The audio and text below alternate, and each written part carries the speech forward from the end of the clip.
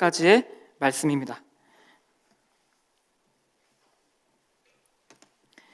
시편 37편 3절에서 8절까지의 말씀입니다.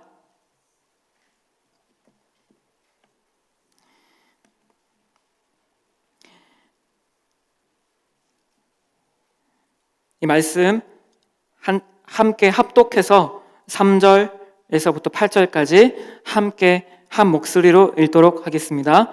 시작. 여호와를 의뢰하고 선을 행하라. 땅에 머무는 동안 그의 성실을 먹을거리로 삼을지어다. 또 여호와를 기뻐하라. 그가 내 마음의 소원을 내게 이루어 주시리로다. 내 길을 여호와께 맡기라. 그를 의지하면 그가 이루시고 내 의를 빛같이 나타내시며 내 공의를 정오의 빛같이 하시리로다. 여호와 앞에 잠잠하고 참고 기다리라.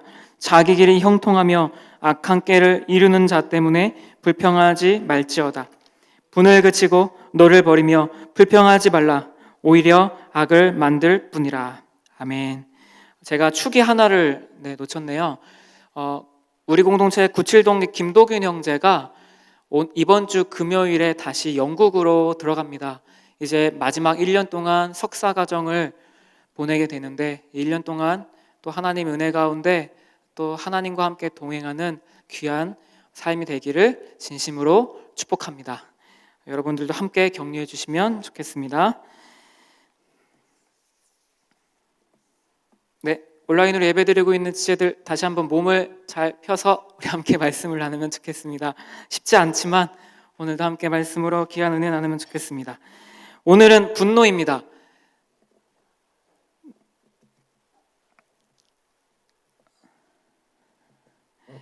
먼저 이 분노가 우리 일상 가운데 얼마나 가까운지 여러분도 제가 말로 표현하지 않아도 여러분 다 아실 겁니다. 꼭 뉴스를 보지 않더라도 뉴스 보면 분노도 일어나지만 뉴스를 보지 않아도 우리의 삶에도 이 분노라는 감정이 불쑥불쑥 찾아옵니다. 분노 때문에 누군가를 때로 힘들게 하고 분노 때문에 또 내가 힘들게 되죠. 이 분노라는 것은 우리 일상과 아주 맞닿아 있는 너무나 참 어려우면서도 불편한 감정입니다.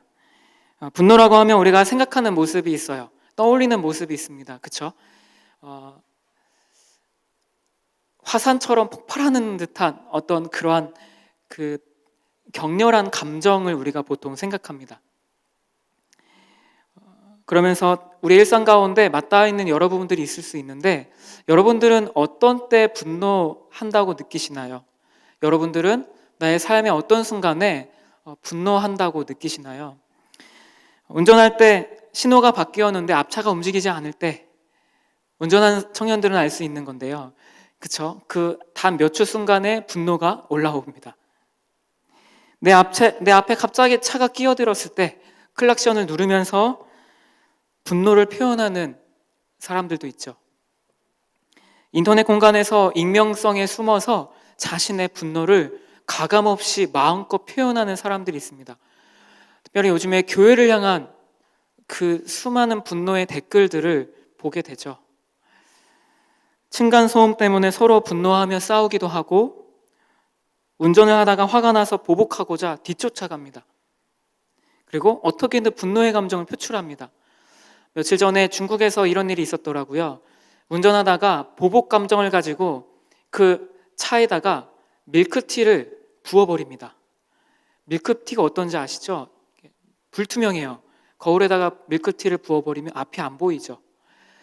이렇게 우리는 우리의 일상 가운데 분노는 너무나 가깝고 맞닿아 있는 감정입니다. 그런데 여러분 우리가 생각하는 이 분노가요. 한 가지 모습, 이런 격렬한 모습으로 나타나는 것이 아니에요.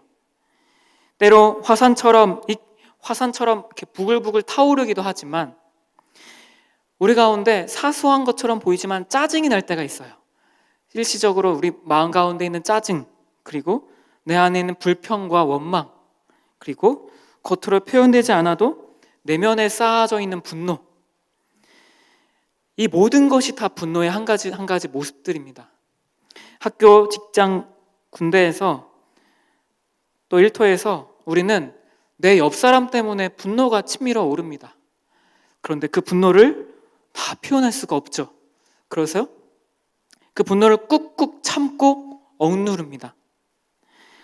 내색하지 않지만 마음으로는 그 분노가 점점 차오르고 있죠. 그 분노가 너무 깊어서 그 상대방을 판단하게 되고, 그 분노가 깊어서 어느 순간 내가 화를 내고 있다는 사실조차도 우린 모를 때가 있을 수 있죠. 이렇게 화를 밖으로 분출하는 것만 분노라고 말하지 않아요. 누군가는 그렇게 밖으로 분출할 수도 있지만, 어떤 사람은 속으로 부글부글 하면서 자신의 분노를 감추고 억누르고 숨길 수도 있는 것이죠. 바로 저와 같은 사람이죠. 화내는 방식이 다를 뿐 분노는 모든 사람에게 찾아오는 감정입니다. 우리는 이 분노에서 자유롭지 않습니다. 어떤 책에서 한 교수님이 분노의 범주를 이렇게 소개합니다. 첫 번째는요, 일상에서 쉽게 화를 내는 가벼운 짜증 나는 거 있잖아요. 가벼운 짜증, 와이파이가 잘 안 터져서, 인터넷이 잘 안 돼서 가벼운 짜증을 내는 것. 그리고 두 번째, 갈등이 일어나게 돼서 다툼으로 나아가는 분노. 그리고 그 분노가 내 안에 쌓여서 누군가를 향한 원한이 되는 것. 네 번째, 그 분노가 점점 커져서 폭력으로 나아가게 되는 것. 그리고 겉으로는 드러나지 않아도 내 안에 꼭꼭 숨겨진 분노. 그리고 이 분노를 가감없이 표현하는 굉장히 직설적이고 독선적인 분노도 있죠. 이런 다양한 형태가 다 분노의 범주 안에 속합니다. 여러분, 이 안에 혹시 나는 속하지 않습니다 라는 분 계신가요? 나는 분노하지 않고 있군요 라고 말할 수 있는 청년들이 혹시 있을까요?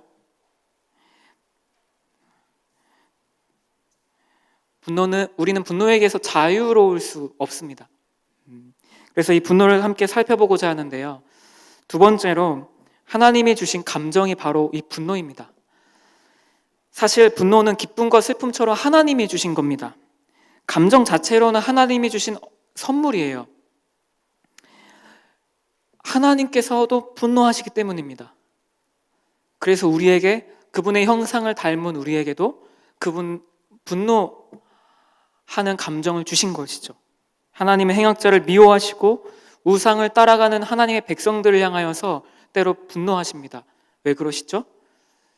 그들을 사랑하기 때문이죠. 사랑하기 때문에 분노하시는 하나님이십니다. 분노는 하나님의 거룩하시고 공의로운 속성에서 나오는 어떤 그 모습입니다. 만약에 여러분, 하나님이 분노하시다는 것에 대해서 이해가 안 되거나 어떻게 그럴 수 있죠라는 질문을 혹시 가지고 있나요? 그렇다면 제가 이런 질문을 한번 해볼게요. 만약에 하나님이 우리가 어떤 죄를 짓든 무엇을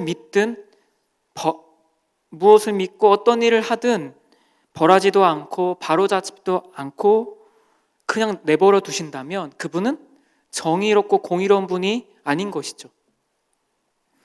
하나님은 사랑이시지만 또한 공의의 하나님이십니다. 그래서 때론 우리를 향해 분노하십니다. 주님께로 돌이키기를 원하시기 때문이죠. 그래서 이 분노라는 감정 자체가 죄는 아니에요. 어떤 상황에서는 적절한 분노가 필요할 때가 있어요. 올바른 분노가 때로는 필요할 때가 있어요. 그래서 어떤 때는 적절하게 분노하지 않는 것이 문제일 수 있는 것이에요. 그렇죠? 시내산에서 십계명을 받아 내려오던 모세는 저 밑에서 금송아지를 만들어 놓고 그 앞에 춤추고 있는 백성들을 향해 분노합니다. 그리고 자신의 두 손에 있던 십계명 돌판을 깨뜨려 버리죠. 블레셋의 골리앗이 이스라엘을 모욕하는 말을 듣자 다윗이 이렇게 반응하죠. 할례받지 않은 블레셋 사람이 누구이기에 살아계신 하나님의 군대를 모욕하겠느냐라고 이렇게 분노하죠. 예수님께서도 성전을 장사하는 집으로 만들었던 그들을 내어 쫓으십니다. 그들을 향하여서 분노하십니다. 그리고 예수님 바리새인들을 향하여서도 분노하시죠. 너희는 화 있을진저 너희는 회칠한 무덤과 같아라고 하면서 그들에게 화를 내시고 분노하십니다. 이렇게 분노는 하나님이 주신 감정이고 때로는 우리에게 분노가 필요할 때가 있다는 거죠. 그런데 문제는 여기에 있습니다. 우리를 어렵게 만드는 것이 있어요. 그것이 무엇일까요? 그 분노가 통제가 안 된다는 거예요. 하나님이 주신 이 감정을 아주 적절하고 아주 적당하게 아주 적절한 그 방법으로 그리고 적당한 강도로 분노한다는 것이 너무나 어려운 거예요. 우리는 분노라는 것 자체를 통제할 수가 없는 사람입니다. 처음에 어떤 불이한 것에 대해서 의롭게 분노를 하기 시작할 수 있습니다. 그런데 때로는 그 의롭게 시작했던 분노가 어느 순간 나도 모르게 통제력을 잃고 과격하고 악한 분노로 나아갈 수 있는 가능성이 우리 안에 너무나도 다분합니다. 여러분 혹시 내가 분노해야 할 때라고 느꼈을 때 그 분노 적절하고 적당하고 아주 그 강도도 적당한 거에 맞추어서 분노를 할 수 있는 때가 얼마나 될까요? 우리는 이렇게 이 분노라는 감정을 통제하기가 너무 어려운 사람들이에요. 여러 가지 이유가 있을 수 있지만 우리 내면에 가지고 있는 어떤 여러 가지 동기들 때문입니다. 내 마음에 받았던 상처들, 과거에 경험했던 어떤 비슷한 지금 경험하고 있는 그 상처를 과거에 크게 경험했을 때 우리는 그 상처 때문에 통제되지 않은 내 분노로 반응하기도 합니다. 또한 내 안에 어떤 기대감이 너무나 컸는데 그 기대가 상실되고 그것을 채움받지 못했을 때 우리는 통제되지 못해서 우리 안에 분노가 막 이렇게 부글부글 올라오게 되죠. 여러 가지 실망과 좌절 이런 부분들 때문에 우리는 때로는 분노하게 되죠.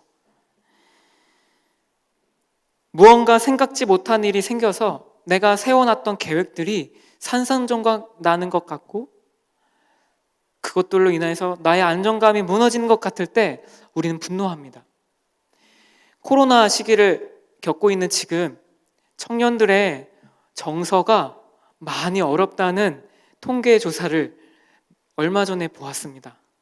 때로는 우울하고 때로는 내 정서가 좋지 않다고 느끼는 그런 청년들이 참 많은 때에 우리는 살고 있습니다.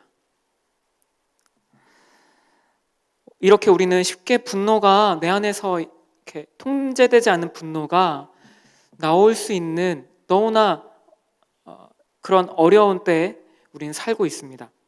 그런데 여기서 함께 오늘 이 한 가지를 좀 보고 싶은데요. 중요하게 살펴본 하나의 중요한 분노의 본질이 있습니다. 그것은요, 내가 하나님처럼 되어 스스로 모든 가치 판단을 내리는 것입니다.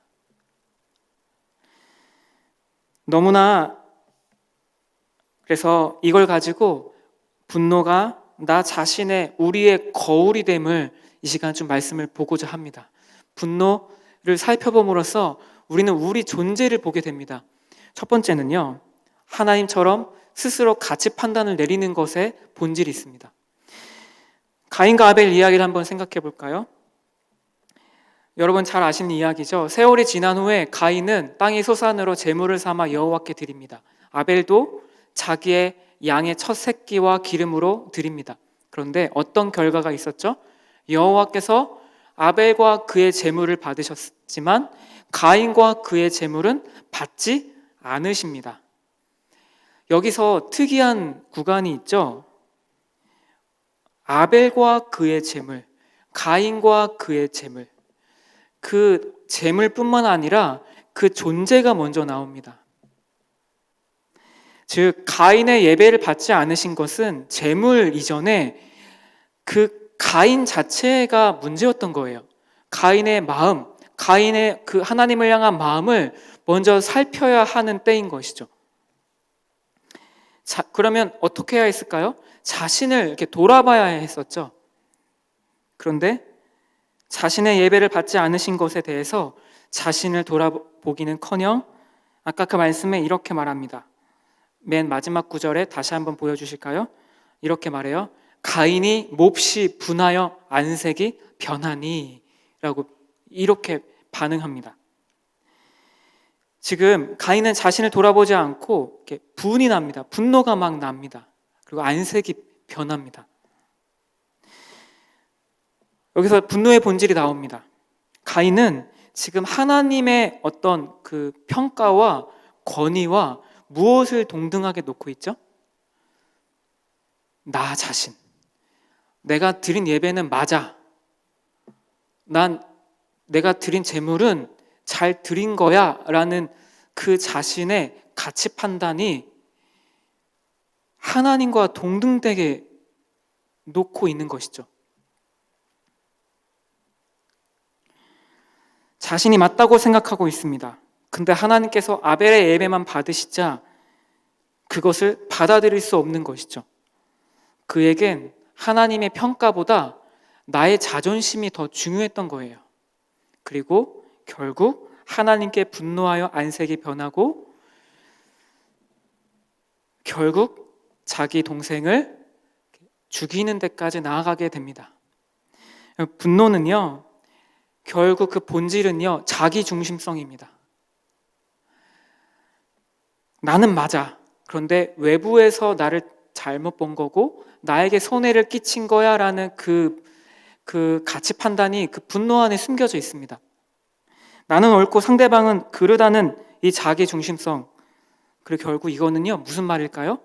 나는 하나님처럼 내가 살고자 하는 욕망이 분노하는 순간에 나오는 것이죠. 분노하는 순간 많은 경우에 모든 분노가 그런 건 아니지만 내가 하나님이 되고자 할 때가 많아요. 분노의 본질은요, 여러 가지 방식으로 표현되는 것이 있지 않아요. 막 이렇게 격렬하게 화내고 짜증내고 억누르는 이런 것보다 먼저 중요한 것은요, 내가 먼저 평가를 내리고 있다는 거예요. 어떤 것에 대해서 내가 중요하다 여기는 것에 판단을 내리고 있다는 것, 그것부터 살펴야 하는 것이에요. 내가 맞는데 라는, 상대방이 틀리는데 라고 느낄 때 여러 가지 반응으로 우리 안에서 나오는 것이죠. 그것이 격렬한 분노가 될 수도 있고 내 안에 억누르는 분노가 될 수도 있고 짜증이 될 수도 있는 것이죠. 그래서 분노할 때요, 우리의 가치관이 들어있어요. 분노할 때 내가 무엇을 중요하게 여기는지 우리는 볼 수 있어요. 내가 중요하지 않은 것에 분노하지 않거든요. 여러분, 내가 그렇게 매일매일 살아가다 보면 중요하지 않다 여겨지는 것들이 있잖아요. 우린 그것에 분노하지 않습니다. 그런데 내가 중요하게 여기는 것에 대해서 우린 감정적인 가치 판단과 함께 감정적인 반응과 어떤 내 표현으로 나아가게 되는 것이죠. 이 분노를 보면 혹시 에덴 동산의 모습이 하나 떠오르지 않으십니까? 뱀이 하와를 향해 이렇게 유혹하죠. 너가 이 선악을 알게 하는 나무의 열매를 먹으면 선악을 아는 일에 하나님처럼 될 수 있어 라는 그 유혹. 내가 하나님처럼 되어서 내가 하나님처럼 선악을 분별할 수 있다는 것, 그것에 하와는 넘어가게 됩니다. 이것이 죄의 본질이었고 우린 교만이라고 부르기도 하고 이 교만은 또한 분노와도 연결되어 있는 것입니다. 내가 하나님이 되어 내 삶을 좀 통치하고 싶어라는 마음, 그것이 이 분노 안에 자리 잡아 있을 수 있다는 거예요. 저 자신을 좀 살펴봤어요. 난 언제 분노하는지. 많더라고요. 근데 그 가운데 특별히 제 안에 막 짜증이 몰려오는 때가 있었습니다. 운전할 때요, 제가 누군가와 약속을 하고 운전을 합니다. 그런데 뭐 차가 막혀서 뭐 앞에서 공사를 해서 제 시간에 가서 도착하기가 어렵게 된 거예요. 그때부터 마음이 막 부글부글 거리면서 짜증이 나기 시작하고 그리고 틀어놓았던 찬양 틀면서 운전 이렇게 하게 되잖아요. 근데 찬양 소리가 안 들리기 시작합니다. 그 찬양에서 고백하고 있는 하나님의 성품이 안 들립니다. 그리고 어떻게 할까요? 찬양을 꺼버립니다. 그리고 제 속에 막 분노가 일어납니다. 이건 누구를 향한 분노일까요?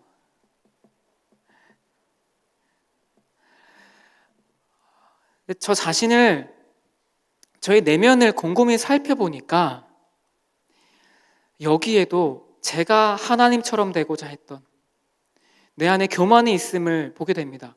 제가 막 시간이 맞춰서 못 가게 될 것 같아서 제 안에 분노가 막 짜증이 올라옵니다. 그런데 그 짜증의 동기가 어디에서부터 왔을까요? 나와 만나고자 하는 사람이 있는데 내가 지각을 함으로써, 그리고 만난 약속에 대해서 내가 성실하지 못한 것 같아서 어떤 나의 이미지와 어떤 나 자신이 부정적인 평가를 받을까봐 라는 그러한 제 안의 교만함이 숨어 있던 것이죠.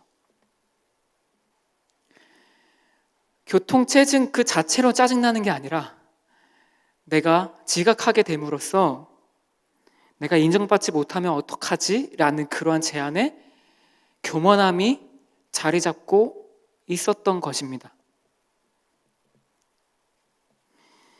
여러분들은 어떤 때 분노가, 짜증이 막 나십니까? 그 상황들을 자세히 살펴보면 그 안에 그 숨겨진 내면에는 내가 있습니다. 나의 가치 판단이 있고요.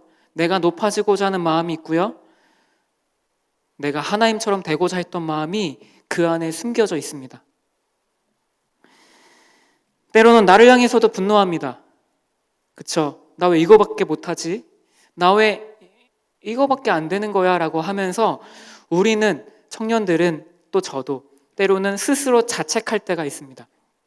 그런데 스스로 자책한다는 것은 어떤 기준이 있다는 것이죠. 기준에 안 맞기 때문에, 기준에 부합하지 않기 때문에 자책합니다.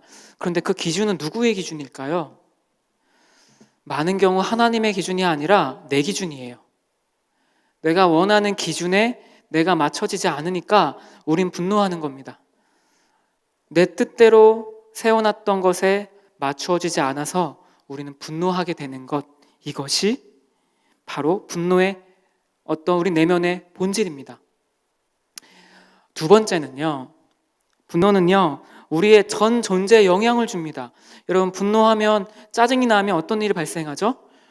그걸로 끝나지 않고 막 몸에 땀이 나고 식은땀이 나고 막 어떤 지체들은 막 손이 떨릴 수도 있고, 그러면서도 막 심장이 막 뛰고 그런 일도 벌어지고 여러 가지로 안 좋은 생각들도 내 안에 찾아오게 되고, 그리고 그것이 나의 신앙까지 영향을 주죠. 차에 타다가 찬양 듣다가 찬양을 꺼버리는 것처럼. 분노는요, 우리 전 존재에 영향을 줍니다. 단순히 감정의 문제가 아닙니다. 내가 하나님처럼 무엇이 선하고 무엇이 악한지 내가 판단을 내리고 내가 기준을 세웠던 것에서 시작된 분노는 내 감정과 내 몸과 내 생각과 이성, 내 영혼까지 전 존재를 향하여 영향을 끼치게 됩니다. 그래서 분노가 위험한 거예요. 그리고 행동으로 나아가는 거죠. 폭력으로까지. 분노를 가리키는 원어 중에 불이라는 의미를 담아 있는 그 원어가 있어요. 그러니까 분노는 내 안에서 막 솟아오른 불과 같아요. 그래서 내 안에 분노의 불씨가 하나 생기기 시작하면 그것이 점점 타오르면 작은 불씨가 산을 태우는 것처럼 이제 전 존재를 향하여 가는 것이 바로 분노입니다. 안색이 변할 정도로 불타올랐던 가인의 분노는 결국 동생을 살인하게 되었죠. 어거스틴은 이렇게 말해요. 분노란 복수하려는 주체할 수 없는 욕구다. 복수하려는 주체할 수 없는 욕구가 분노다라고 말합니다. 그래서 결국 분노는 우리 전 존재, 그리고 나에게 해를 끼친 사람을 향하여서 무언가 행하고자 하는 데까지 나아갑니다. 근데 그 사람에게 당한 대로 갚아 주어야겠어라고 판단을 내리는 것, 그것까지가 바로 분노인 것이죠. 세상에서는 분노를 해결하고자 여러 가지 세상적인 심리학적인 방법을 씁니다. 어떻게 말할까요? 마음을 다스리시고, 마음을 좋은 생각하시고, 이런 것들 말합니다. 근데 그런 것들로는 우리 어떤 본질이 바뀌지 않으면 우리는 분노에서 자유로울 수가 없는 것이죠. 내가 계속해서 하나님처럼 내가 그렇게 내 기준에 따라 내 뜻이 이루어지기를 원하는 것, 그것을 품고 있다면 아무리 좋은 생각과 긍정적인 마인드를 가지고 있어도 분노는 쉽게 잠재워지지 않습니다. 마지막으로요, 분노를 극복하고자 우리에게 어떤 것이 필요할까요? 세 가지를 함께 나누고 싶습니다. 첫 번째는요, 나의 자리를 회복하는 거예요. 부연 설명이 있죠? 내가 하나님처럼 되지 않는 거예요. 분노의 본질은 하나님이 원하시는 것 때문에 분노하는 경우가 우리 많지 않아요. 하나님이 원하시는 공의와 나라가 이루어지지 않아서 내 안에 분노가 막 들끓어요. 너무나 좋은 거죠. 너무나 바람직한 거죠. 그런데 우리의 분노는 내 뜻과 내 바람이 이루어지지 않아서 우리 안에서 생겨납니다. 내가 원하는 것을 얻고자 추구하며 달려가는 것이 분노입니다. 하지만 이것은 결국 하나님과는 반대의 길로 나아가는 것입니다. 나의 교만함 때문에 내가 하나님처럼 되고자 했던 나의 어떤 내가 세웠던 기준, 나의 뜻, 그것을 하나님 앞에서 우리는 점검해야 합니다. 내가 가지고 있는 이 기준이 정말 하나님의 빛 가운데 온 것인지, 아니면 내가 높아지고 싶어서 내가 스스로 세운 계획과 기준인지 우리는 그것을 점검해 봐야 합니다. 우리는 주님의 자리에 주님을 다시 모셔야 합니다. 내가 앉아 있었던 그 자리에 다시 주님으로 모시는 것, 다른 말로 말하면 예수 그리스도를 내 삶의 주인으로 다시 고백하며 그렇게 살아가는 것, 그것에 분노를 극복하는 첫 번째 길입니다.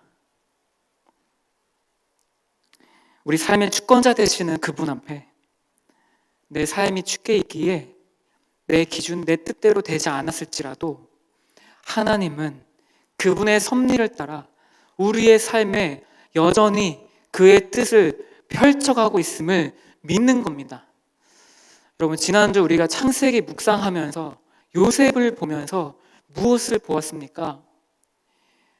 그 누구보다 가장 큰 상처를 받고 13년 동안 원망과 형들을 향한 미움으로 점철될 수 있었던 요셉의 마음에는 오히려 하나님을 향한 섭리로 가득 차 있습니다.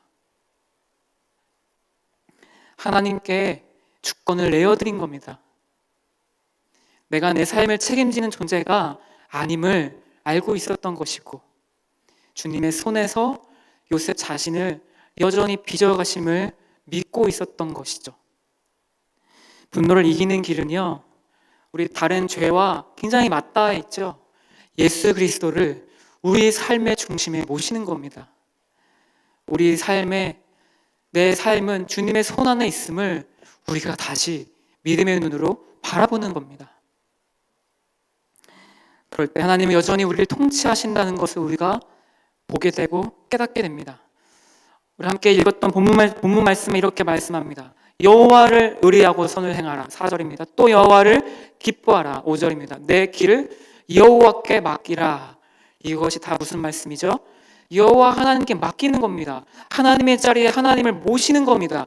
여호와께 기대는 것이고 여호와만을 기뻐하는 것이고 나를 기뻐하지 않고 내 길을 여호와께 맡기는 것이죠.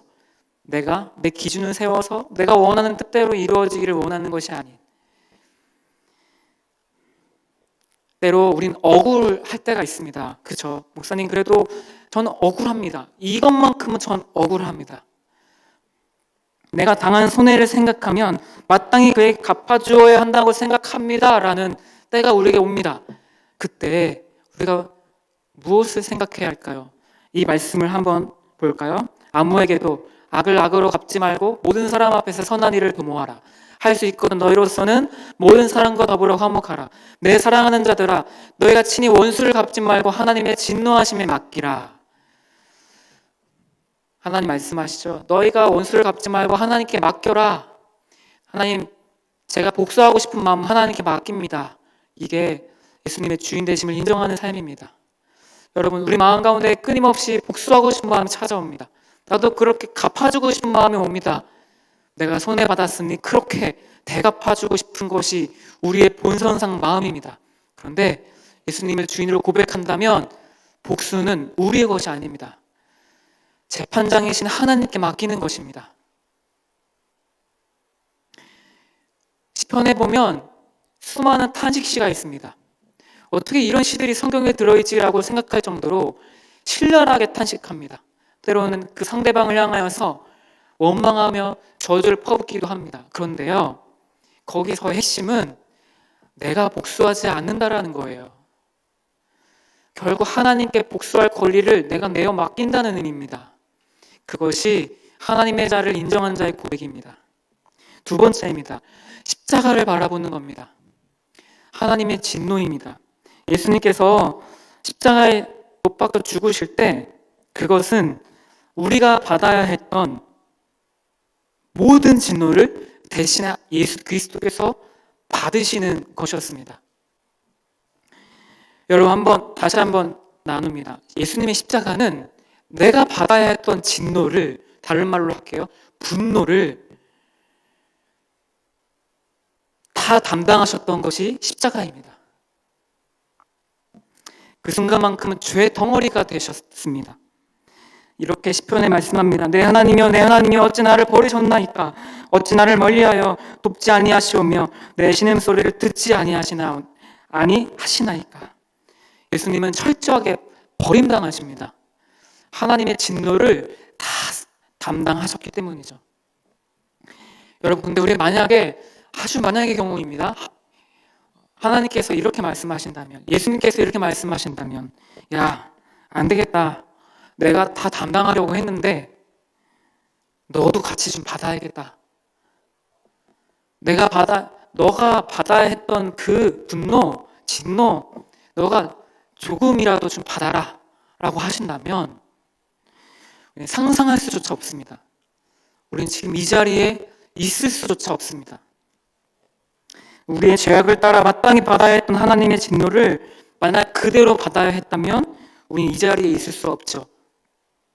그런데 하나님은 그 진노를 그분의 성자 예수 그리스도께 쏟아 부으셨습니다. 그리고 하나님 앞에 전혀 내세울 것 없는, 선한 것 없는 우리를 은혜와 자비로 받아주십니다. 시편에 이렇게 말씀합니다. 자주 경책하지 아니하시며 너를 영원히 품지 아니하시리로다. 우리의 죄를 따라 우리를 처벌하지 아니하시며 우리의 죄악을 따라 우리에게 그대로 갚지 아니하셨으니 동이 서에서 먼 것 같이 우리의 죄가를 우리에게서 멀리 옮기셨으며 우리의 죄를 따라 우리를 처벌하지 않으셨습니다. 우리의 죄악을 따라 우리에게 그대로 갚지 않으신 분이 하나님이십니다. 내가 당한 것 그대로 갚아주고 싶을 때 우리는 십자가를 떠올려야 합니다. 십자가를 바라보아야 합니다. 우리는 내가 담당해야 했던 진노를 예수께서 받으셨기 때문에 이 자리에 있는 것처럼 내가 누군가에게 안갚음하고 싶지만 예수 그리스도의 자비와 은혜를 받았기에 내가 그것을 내려놓는 것, 그것이 바로 십자가에서 우리에게 보여주시는 은혜입니다. 마지막은요, 그 십자가의 은혜를 묵상한다면 우리는 이렇게 할 수 있습니다. 노하기를 더디하라. 이렇게 말씀합니다. 성경에 자주 등장하는 단어가 있습니다. 더디하라. 이런 말씀이 있습니다. 내 사랑하는 형제들아, 너희가 알거니와 사람마다 듣기는 속히 하고 말하기는 더디하며 성내기도 더디하라. 노하기를 더디하는 자는 용사보다 낫고 자기의 마음을 다스리는 자는 성을 빼앗는 자보다 나으니라. 분을 내어도 죄를 짓지 말고 해가 지도록 분을 품지 말고 마귀로 틈을 타지 못하게 하라. 우리에게 말씀하시죠. 우리가 분을 낼 수 있는 존재라는 걸 아십니다. 우리 안에 분노가 치밀어 오를 수 있다는 걸 하나님이 아십니다. 그런데 우리에게 요구하십니다. 내가 너 잘 알아. 그런데 있잖아, 그래도 참을 수 있어. 더디할 수 있어 라고 우리에게 말씀하십니다. 사랑은 오래 참는다라고 말씀합니다. 사랑은 쉽게 성내지 않는 것, 바울 사도가 우리에게 말씀합니다. 우리는 분노를 더디해야 하는 사명을 안고 있습니다. 이것이 우리의 길이고 우리의 삶의 방식입니다. 왜 그럴까요? 우리는 십자가를 품은 자들이기 때문입니다. 우리 십자가의 길을 가는 자들이기 때문입니다. 그리고 마지막으로 하나님은 이런 분이시기 때문입니다. 자비롭고 은혜롭고 노하기를 더디하시는 분이기 때문입니다.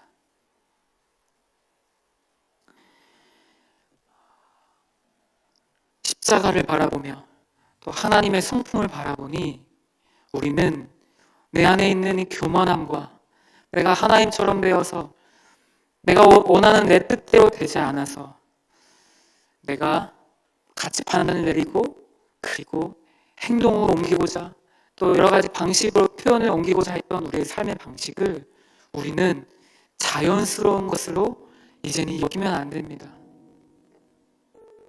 우리는 죄로 인해 스스로 하나님이 되어 내 방식대로 내 삶을 만들어가고자 합니다. 그래서 우리의 분노는 통제되지 않습니다. 여러분, 우리의 의지로는 우리 분노를 통제할 수 없습니다. 우린 그것부터 시작합니다. 하나님, 나는 내 분노를 통제할 수 없습니다. 이런 우리를 십자가 앞으로 부르십니다. 다시 그분의 형상을 닮아가게 하십니다.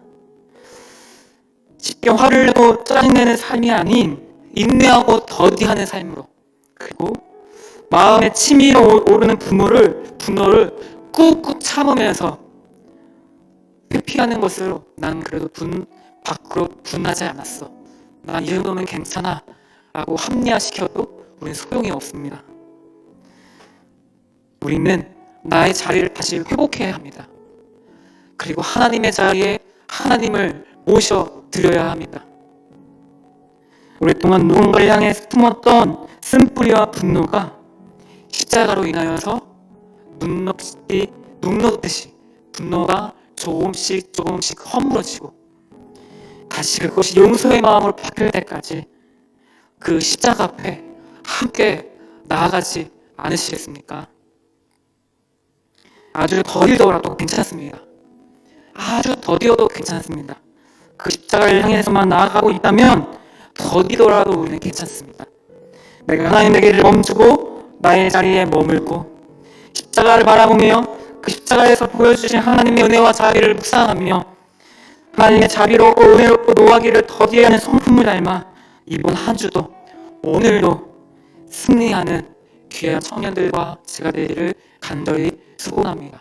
우리 함께 이 찬양 고백하며 우리 괜찮다면 자리에서 일어나서 겉터서에서도 괜찮다면 그 자리에서 일어나서 함께 일어나며 함께 주 앞에 찬양하기를 원합니다.